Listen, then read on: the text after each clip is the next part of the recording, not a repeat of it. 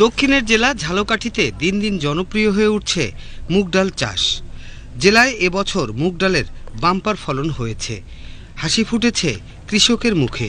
প্রযুক্তির ব্যবহার এবং কৃষি বিভাগের সহযোগিতায় লক্ষ্যমাত্রার চেয়ে এবছর প্রায় 400 হেক্টর জমিতে মুগের আবাদ বেশি হয়েছে। এর মাধ্যমে প্রায় 40 কোটি টাকার মুগ ডাল উৎপাদন হবে বলে আশা করছেন কৃষি বিভাগ।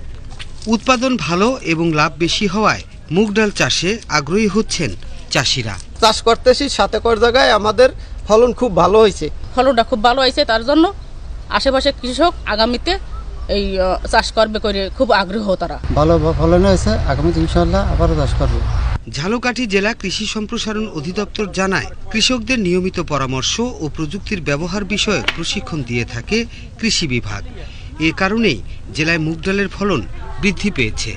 আধুনিক যে উন্নত জাত গবেষণা প্রতিষ্ঠান কর্তৃক উদ্ভাবিত এসব জাতের চাষ এবং আমাদের মাঠ পর্যায়ের উপসহকারী কৃষি কর্মকর্তা থেকে শুরু করে জেলা এবং উপজেলা পর্যায়ের কর্মকর্তাগণের পরামর্শ এবং প্রযুক্তির মাধ্যমে চাষ করার কারণেই কিন্তু তাদের এই ফলন বৃদ্ধি পেয়েছে।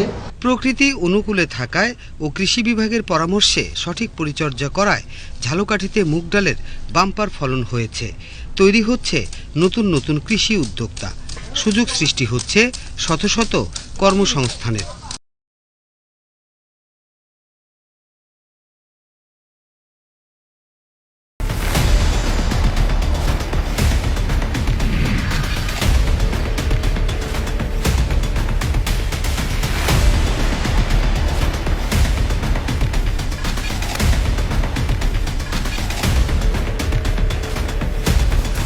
নিপীড়নের